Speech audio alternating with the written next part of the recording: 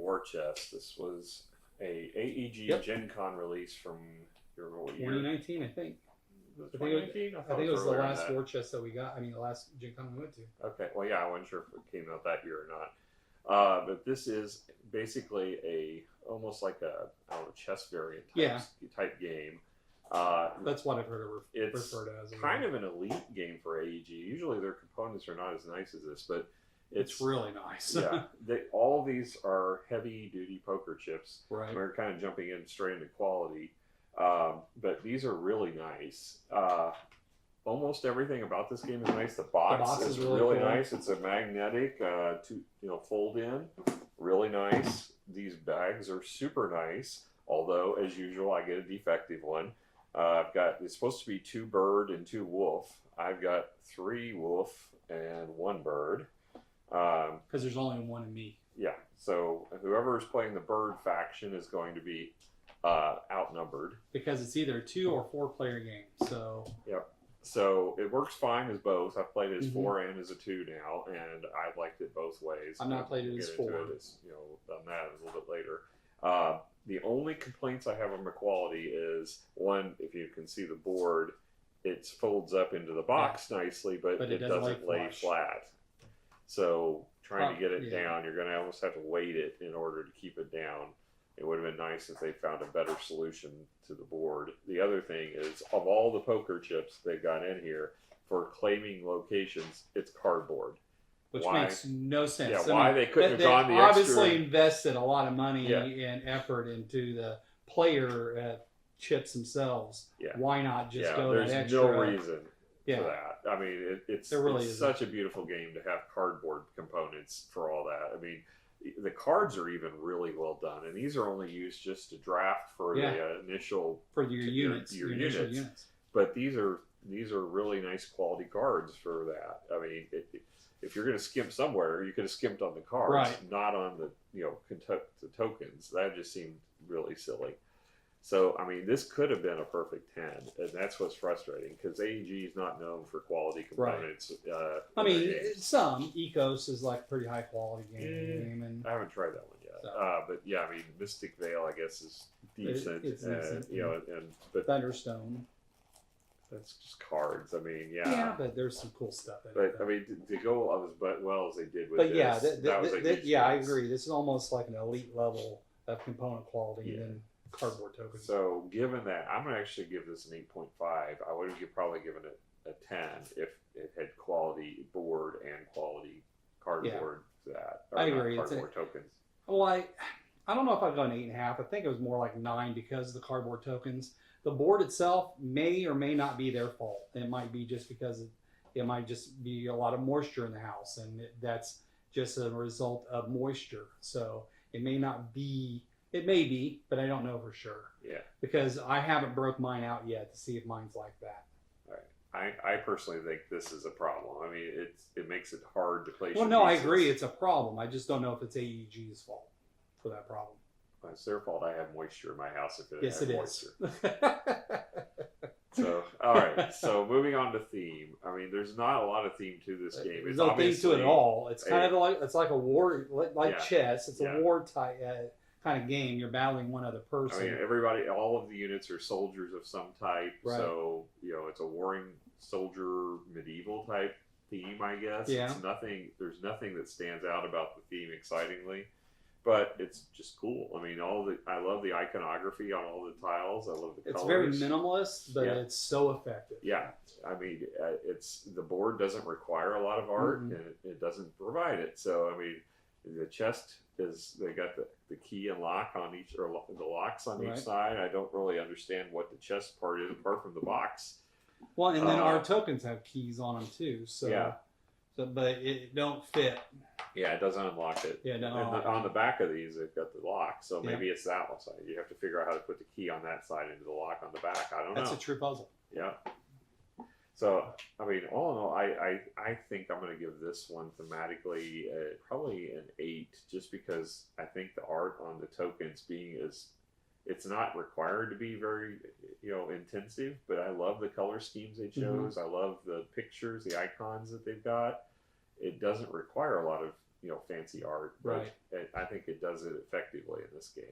I agree. And even though the board's kind of a little warped, it's still so cool looking on the board and the chips combined that it's great. So I agree. At least an 8. Yeah. As far as the rule book goes, it's fine. It does its job. Needs a cheat sheet. It definitely needs a cheat sheet. They put one on the back, and you really need one for each player. So I took a picture of it and referenced it on my phone. This is our one grievance really about the rules. Yeah. Otherwise it's a real simple game to learn. It's not hard to play at all. It's how to play section goes from page 6 to page 10. Mm-hmm. No, page 11. So it's 5 pages, and it's a small book. It's not really a big book, so it doesn't take long to read through it and understand it. Very simplistic play, but there's a lot of strategy in how you play, a lot of tactics in it as well. Clearly, because it's bolded and says tactic. So it's definitely a game for those who do enjoy games like chess, like I do and you do. Mm-hmm. It's got some battling, but it's not heavy. It's a matter of win or lose just by playing your chip.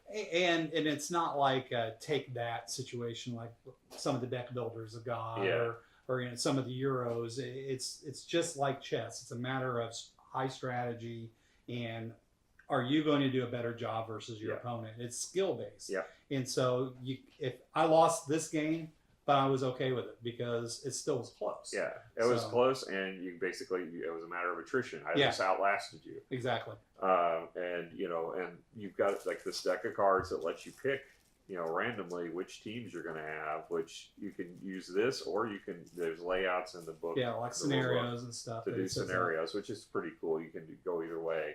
The scenarios are probably a little more balanced than what you're going to get with it. It's a little bit of luck introduced, so it's your preference. So I like the way they've done it. So I think the rule book is I'd say this one's probably an 8, and it would have been a 9 if you had cheat sheets. I agree. An 8. Cheat sheet would have really made it a lot better. And it's just a pain looking on my phone because my phone will size difference and stuff like that. But it worked. All right, going on to gameplay. So gameplay is very simple. If you're playing 2-player, you're going to start with 2 of your bases on opposite sides of the 2 warring factions, the birds and the wolves. Why they're warring, I have no idea. Maybe because it's birds and wolf wolves ate the bird's mother, and now the bird is really ticked off. So it flew in and blinded the wolf. I don't know. I'm just making up a backstory for it because there is no backstory.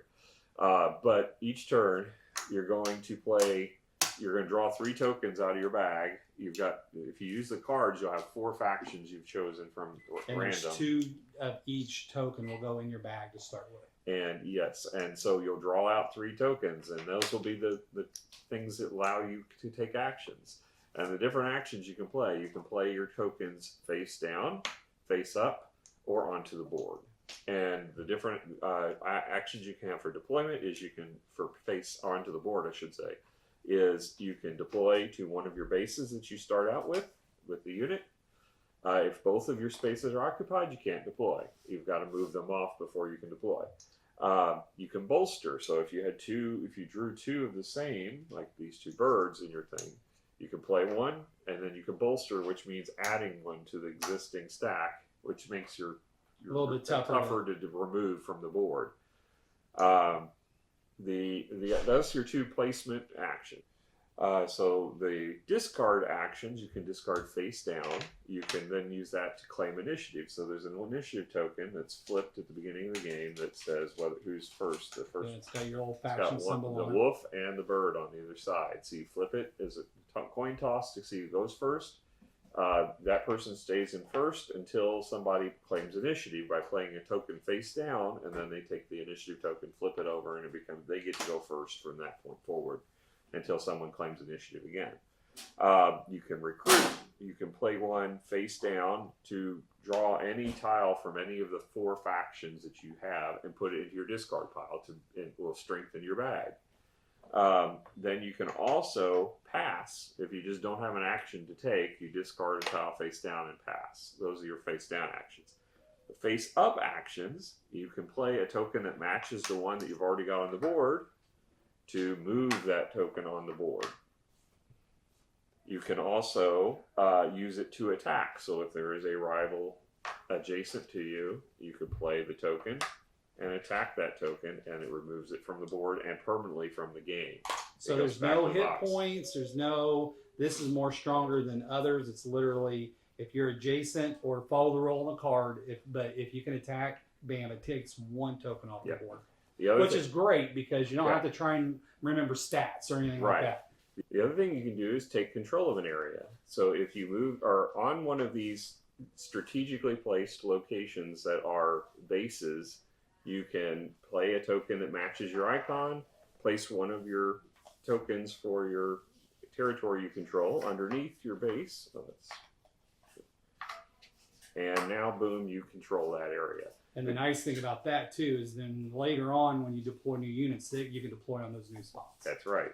So the goal of the game is to deploy all of your base tokens. If you do that, you win the game. So the attacking really is only there as a means to remove obstacles to you placing these tokens. You can claim another player's bases the same way. So if you're on their base and nobody does anything to remove you before your turn and you have the right token, you remove their token and replace it with yours. So that's basically all there is to the game. Yeah. The strategy is just, as Randy mentioned earlier, it's just what units you get. So we did random, so there's a little bit of luck in that. Yeah. And so he got 2 ranged units. I got a nice combo set up, but it's just his ranged, like you said, attrition, it just outlasted me.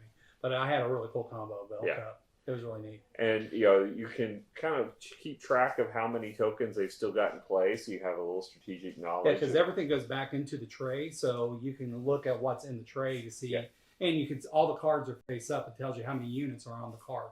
So you can be able to tell by what's in the tray versus what's on the card, how many of each unit they still have. There was a point where Robert had intimidated me by placing a bunch of units on the board, but I knew he couldn't move them because he had already used all of his tokens and they were already trashed. So I didn't really have to worry about them too much. They were just there for show.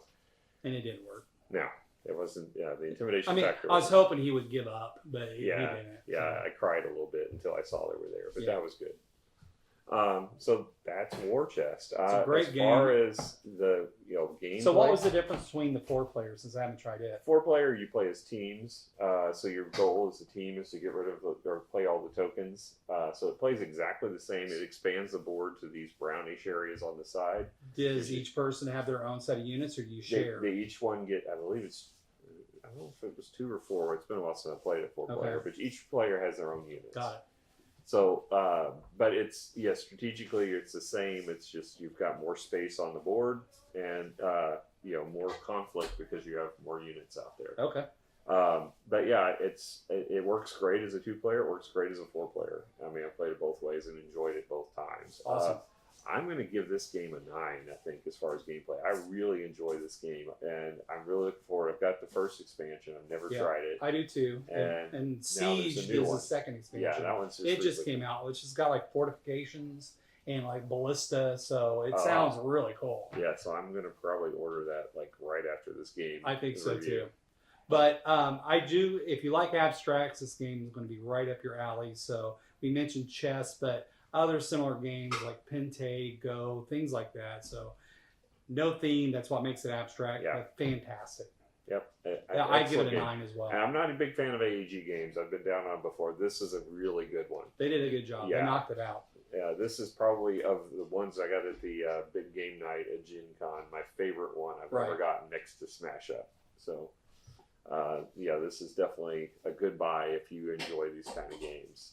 I agree. Check it out. Well, that's our review of War Chest. If you enjoy what you saw, subscribe, hit the bell. Give us comments, feedback. We love comments. We're not getting enough comments. Please say something. Yep. Let us know you're here. We love to talk to you. All right. Talk to you next time. Bye. Bye.